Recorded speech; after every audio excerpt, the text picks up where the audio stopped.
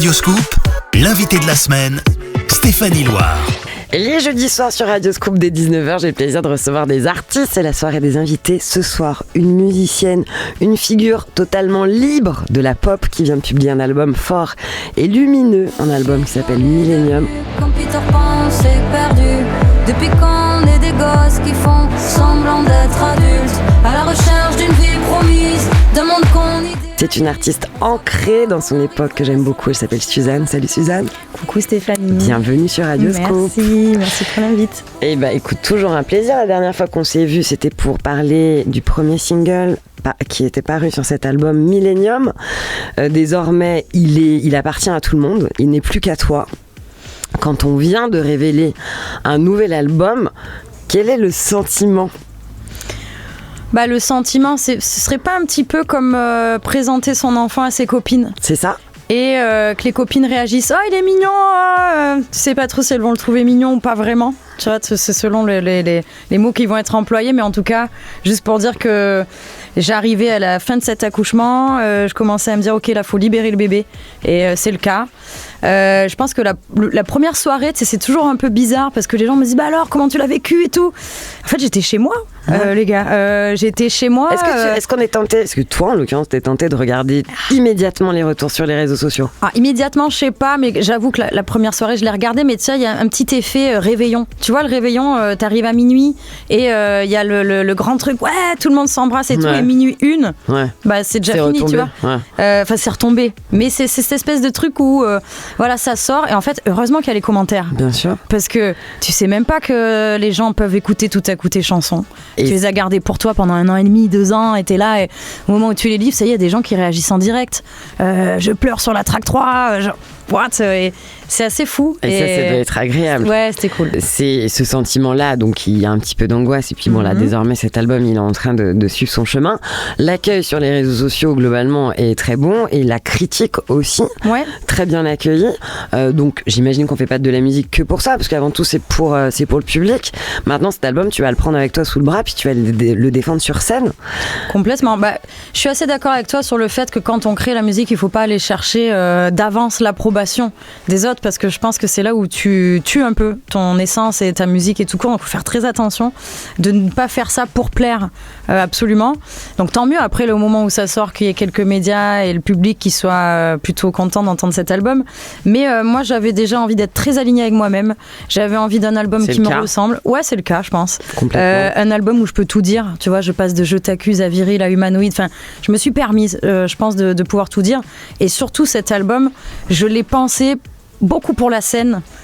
Donc là, c'est un peu l'étape que j'attends le plus, quoi. Et la scène, elle arrive, tu vas le défendre, cet album sur scène. La dernière fois qu'on s'était rencontrés, on avait évoqué un peu la préparation, parce qu'il y avait de la danse, il y avait des danseuses, des danseurs autour de toi.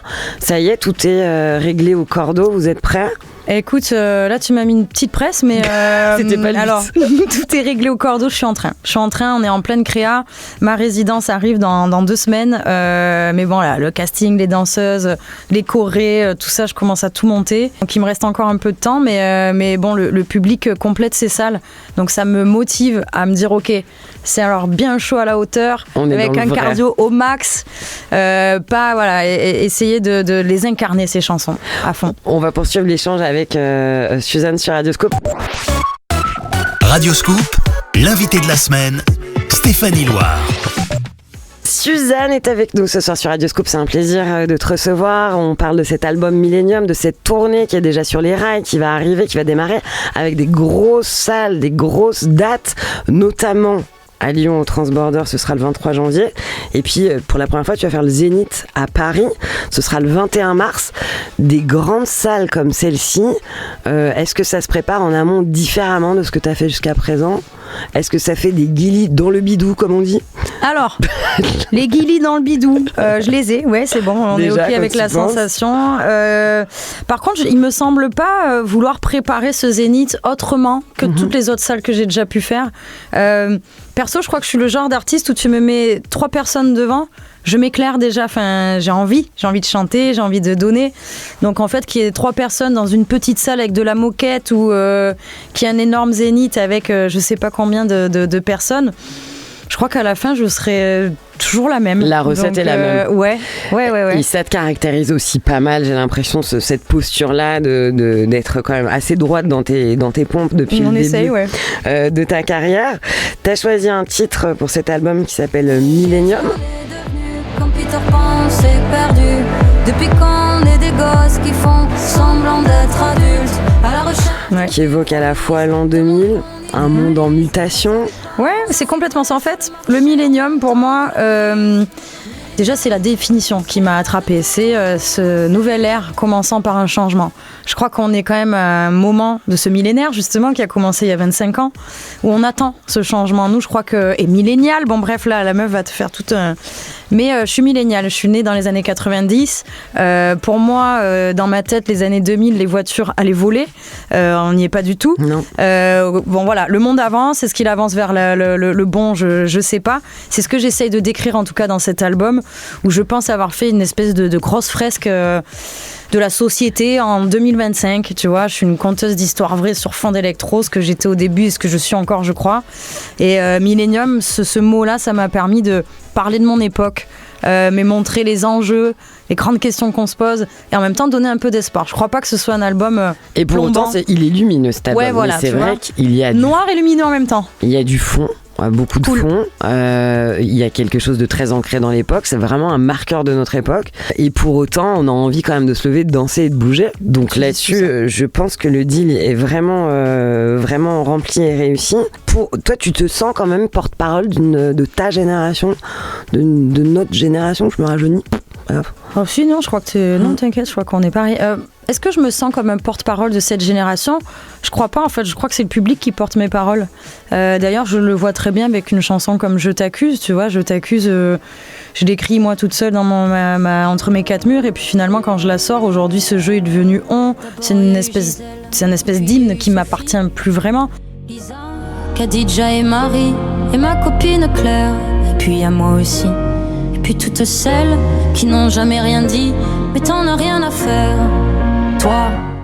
Mais moi, toute seule avec cette chanson, il se passe pas grand-chose. Ma voix, elle porte pas, quoi.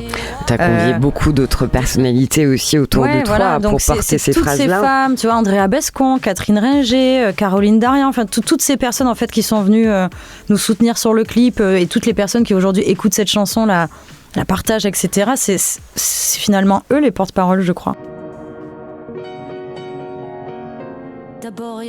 La chanteuse Suzanne a sorti l'album Millennium, elle est en pleine tournée dans toute la France et elle est avec nous ce soir sur Radio Scoop.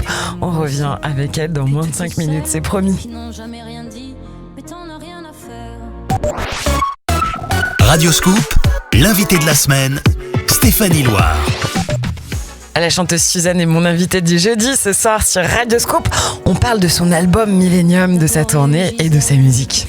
Sophie, Isa, Khadija et Marie, et ma copine Claire, et puis à moi aussi, et puis toutes celles qui n'ont jamais rien dit.